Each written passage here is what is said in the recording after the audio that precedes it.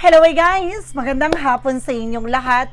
I am Chin Rugas from Masagari Channel, a faith healer, also a target. So ngayong hapon na to, tignan natin sabihin sa inyo ng ating mga gabay. So, this is something a weekly pasilip, no? Bigyan natin ng panibagong eksena to. No? Tignan natin, no? Anong kaganapan sa buhay ni Saldico ang ating mahagilap. No, aalamin natin anong kaganapan sa kanya at mga eksenang nangyayari sa kanya ngayon ang ating kailangan hagilapin. At tuklasin natin ano man yung bagay na nangyayari sa likod nito. Let's see. Angel Spirit Guides, please give me an information po. Ano kayong sabihin sa iyo ng ating mga baraha? So let's see. And this something a Wheel of Fortune. The Wheel of Fortune is something turning back. No, maaring there's something a destiny na maaring mangyari. No, nakalaan talaga to gulungang palad, hindi laging nasa ibabaw. Maaring babaliktad na ang sitwasyon. Ano man yung bagay na kanyang ginawa ay maaring bumalik sa kanya. Let's see. And there's an 8 of Cups. No, talagang this is something natatakas. There's something a let go. No, there's something abandonment. Talagang, kumbaga, iniiwasan niya or talagang gusto niyang takasan tong nangyari sa kanya or kumbaga anong allegation about sa kanya, no? Gusto niya talagang talikuran, no? At umalis. And of course, there's something with a King of Sword. No, there's something clear the boundaries. Alam niya na eh. No, alam niya na yung magiging kahihinatnan. So, kaya mas naging matalino siya. There's something a lot of plug. No, maraming plug dito. Nakikita niyo may mga plug dyan. Ibig sabihin, iba-ibang bansa ang kanyang napuntahan na. At maaaring may kaugnayan at maaaring meron tumutulong sa kanya, no, na para makaalis. There's an international po, ha. Ibig sabihin, merong sa ibang bansa nakakonektado siya. At the same time, there's something with a 7 of Swords. No, there's a lying, cheating. No, talagang nagsinungaling to, marami siyang itinago, marami siyang bagay na bit-bit, no, marami siyang kumbaga ebidensya na alam, no, marami siyang nalalaman. Oh, let's see. And this something the world, nasa ibang bansa siya, the same time talaga nasa ibang bansa to, na maaring the world, na maaring iba-ibang bansa na ang kanyang pinupuntahan, o maaring, kumbaga, merong pumuprotekta din sa kanyang ibang bansa. Let's see.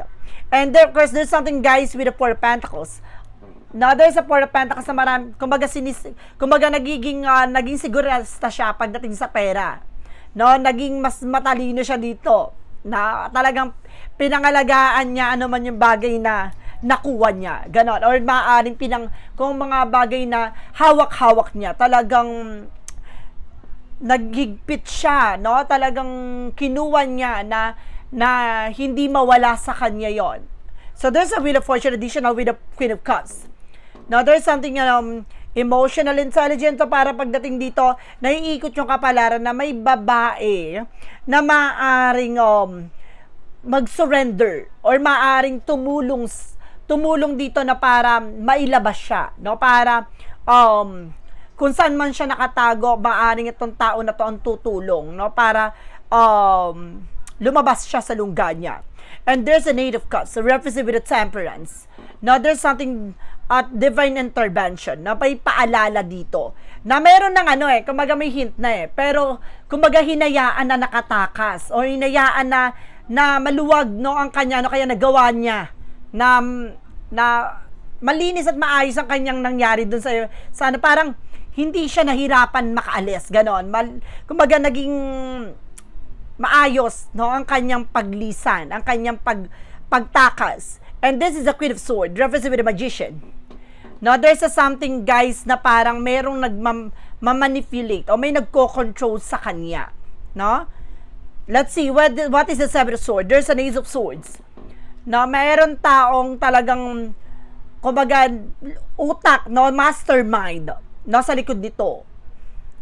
No, meron pa, ibig sabihin, may nagsusubaybay pa ng pinakamalaking tao dito. Let's see. And this something the Emperor. No, something a boss. May boss siya, lalaki ha. May boss to na lalaki. No, na maaaring kaugnay niya And of course, meron din siyang, meron tumutulong sa kanya international, no? Na tao, no? Mataas at malaki din, mataas sa positions, no? And this is the Four of Pentacles, reference with the King of Wands. Alam niya na yung kahihinat na kaya mas naging secure na siya sa pera eh, no? Alam niya na yung mangyayari, kaya naging mas mautak siya. No? Talagang, ano niya eh, talagang ginawa niya na ng paraan para makuha lahat ng mga bagay na nakuha niya. Ganon. And this is something the Two of Cups. Meron siya ditong katulong. No? Meron ditong partnership na parang may magsusurrender sa kanya. No? Talaga isusurrender siya dito. No? Parang, kumbaga, may taong tutulong para matuntun to, yung tao na to. And because this is something with the Knight of Cups. No? There's an offer. No, ibig sabihin, meron talagang tumulong sa kanya para makaalis or para umalis at para maging maayos ang kanyang situation. Ibig sabihin, napakataas ng ano nito ha, ng taong nagiging kakonsyaba dito. And of course, this is Star card. No, maaring meron ditong bagay na parang marirenew, no, parang matutupad. No, kung ano man yung bagay na nangyari dito sa tao na to, maaring kumbaga may katumbas na balik, no? Parang mababalikan siya after this eksena. Parang bagay na merong humihiling, no? There's a group of people na hinihiling na parang, and of course that's something doing black magic ha. Parang may gumagawa ng something a witchcraft, no? Parang may gumagambala sa kanya dito. Ginagawan siya din, no? Para yun nga, no? Para gawan siya ng ano para singilin, no, sa kanyang ginawa. No, may taong kumukulam sa kanya dito. And of course, this is a Nine of Cups. Na talagang maligalig at masaya siya ngayon ha, sa kanyang sitwasyon. No, kung asan man siya ngayon talagang, nakita mo yan, ito, papakita ko ha. See? Nakita mo yan, ito yung pinaka-box ng kayamanan. Maraming pera to. No, there's a lot of money. And this is the Five of Cups. Disappointment. Pero parang nagkakaroon ng failure or disappointment yung nangyayari ngayon. Parang nagsisisi na, no, yung taong kadugtong or kaugnayan niya dito. Okay, let's see. And this is something, the Knight of Swords. No? And of course, nagkakaroon na siya dito ng anxiety, sleepless nights. No? Kung ano na pumapasok sa isip niya, sa utak niya. Ito yung sinasabi ko na may karma eh, na maaaring dun sila tatargetin sa mental health. So, let's see. This is something, guys, with the Eight of Pentacles. Sabi ko na nga ba eh, na parang katrabaho to, or maaring kasama niya na maaring mag-surrender sa kanya. Now, and of course, this is the Page of Cups. Now, ibig sabihin dito, maraming tumatakbo sa kanyang isipan. No, may mga taong, kumbaga, at may mga taong parang tumutulong sa kanya, no, para makalis din sa situation na to. At the same time, no, parang lutang siya. No, nakakaramdam siya ng pagkalutang. Oh my God. And there's a truth. Sabi ko na nga ba eh, maraming may galit sa kanya dito. Marami na siyang nararamdaman, ha? Oh my God. Ginagawan siya dito, no, ng kulam. Oh my goodness. And this is something, the Four of Swords, na parang feeling niya lagi siyang pagod. Hindi siya makatulog ng maayos. And there's the Sun card. No, may mga bagay na magliliwanag na dito. Lalabas din ang katotohanan at maaaring mabalik siya, no, sa Pilipinas. No, maibalik siya dito sa Pilipinas, dito sa bansa natin, na maaaring kumbaga may taong ding tutulong, no, para ma-deport siya dito. At the same time, this is the Nine of Pentacles. Makukuha, no, ano naman yung bagay na kanyang kinuha. No, mababalik. No, may mababalik lahat ng mga bagay na kinuha niya kung talagang may ninakaw siya. No, ganon. Kumbaga sinasabi dito na maraming taong kumbaga sa likod nito. Okay, let's see. Additional messages tayo. So, ibig sabihin ito, alamin natin, no, nakaganapan pa sa buhay niya. No, makakabalik ba siya ngayon? Kumbaga, makakasuhan na ba siya o either makukulong na ba siya this time? Mahuhuli na ba siya? There's a page of, there's a yes, no? May balita, no, tungkol sa kanya dito. At sinasabi dito na merong mensahe or there's something na people na tutulong, no, para malaman kung nasan siya. No, there's something na parang, kumbaga nilalakasan niya lang loob niya, meron dito magdagbabalat kayo, ha, parang ilalaglag siya. No, ganon. So, let's see. Additional messages. Ano pa bang question natin, no? Sa tao na to? Kumbaga, meron ba siyang isisiwalat o meron ba siyang sasabihin na related na may kinalaman, no, about dun sa nangyaring corruption? Let's see.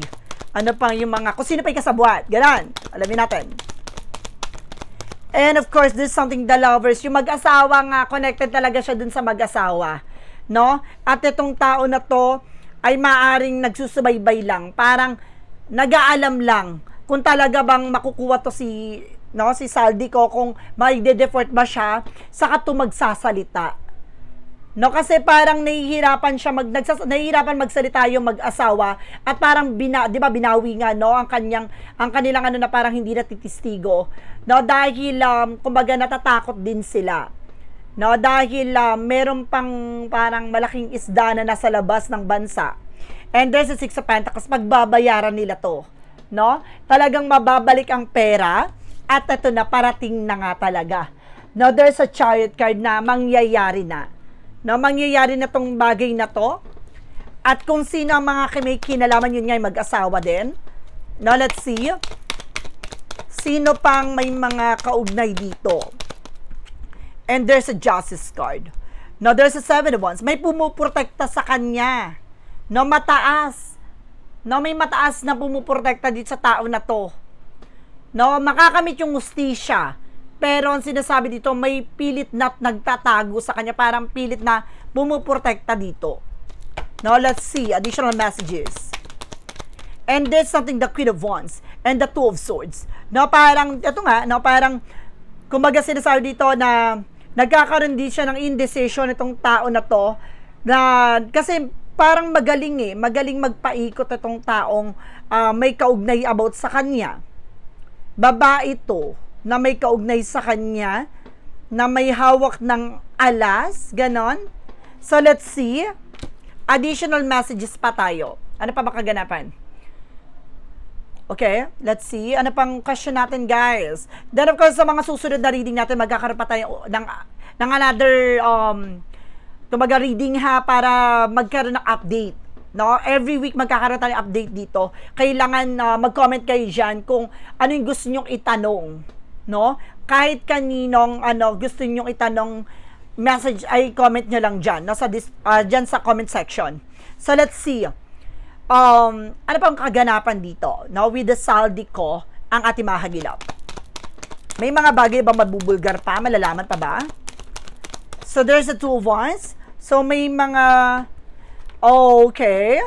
It means, no, talagang magaling magpaikot. So, ibig sabihin nito, nasa paligid lang. No, yung mga taong, kumbaga, naglalaro o parang nilalaro yung eksena na to. No, nasa paligid lang. Ibig sabihin, guys, no, nasa paligid lang, yung nandito sa Pilipinas lang, no, yung parang pumuprotekta sa kanya. Ganon. Now, let's see. What is the magical fire messages advices sa kanya? Magkakaroon ba tayong magical fire messages advices?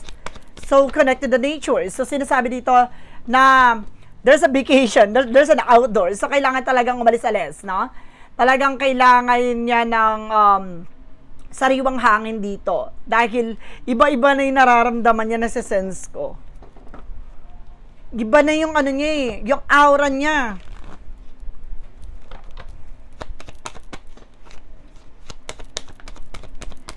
Now, there's a lack and doubt. Nagkakaroon na siya ng alinlangan, alanganin. Now, there's a doubt, lack and doubt, no? And there's a something transformation. Magbabago ang utak nito, ha? Parang meron siyang ilalantad. Parang meron siyang ibubulgar. I see. What is the synchronicities? And there's a teacher. Oh, mapakataas nitong tao na to. Parang meron talagang, kumbaga, nagtuturo sa kanya. Nagmamanipulate sa kanya.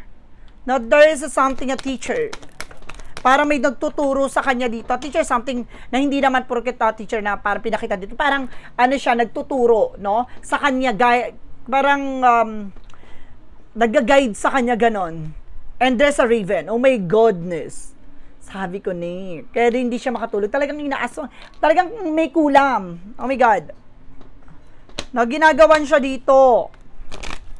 No, maraming may galit sa kanya na marunong gumawa, no? What is Archangel Michael messages?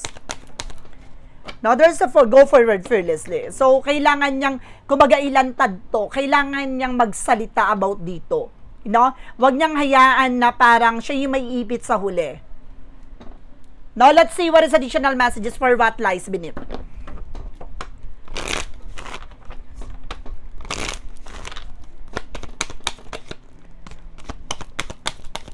Yung parang kumbaga hindi naman gato yung pinangarap niya, pero bakit parang baligtad sa gusto niya mangyari. Ganun yun, there's a fulfilling a fantasy.